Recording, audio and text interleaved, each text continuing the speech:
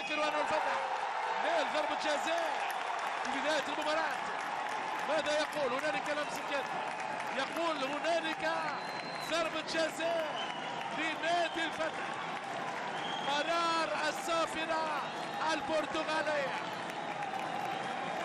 اليد اليمنى للبرازيلي روجر إيباريز.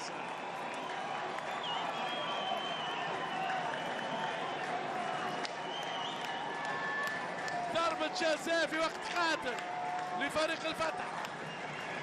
أكيد مسائب قوما عند قوم فوائد الجمهور الهلالي وكل لاعبي الهلال والإطار الفني في انتظار هذه الهدية الفتحوية للانفراد بالزعامة والفخامة من جانب الهلال على مستوى الترتيب العام بخسارة الأهلي.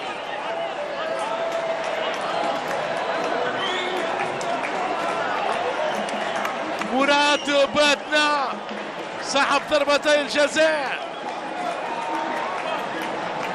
الموهوب المغربي في راس البريكان، هذه المرة يترك الكرة والمكان لمراد باتنا.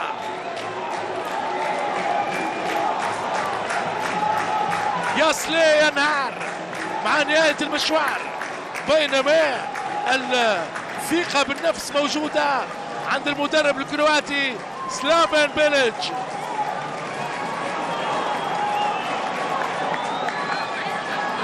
يسارية مغربية في مواجهة الحراسة السنغالية لإدوارد ماندي.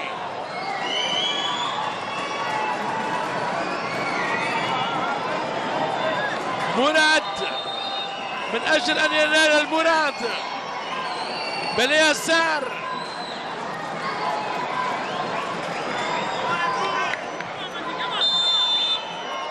باليسار يتقدم باليسار وجول جول جول جول.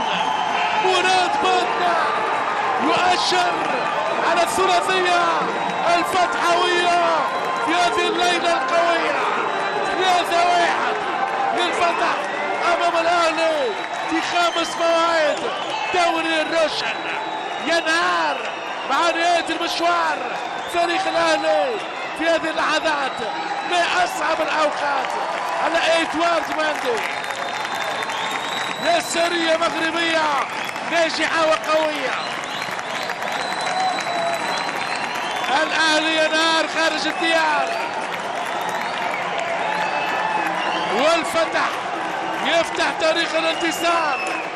المستضيف الفتحاوي متحدي للأهلي.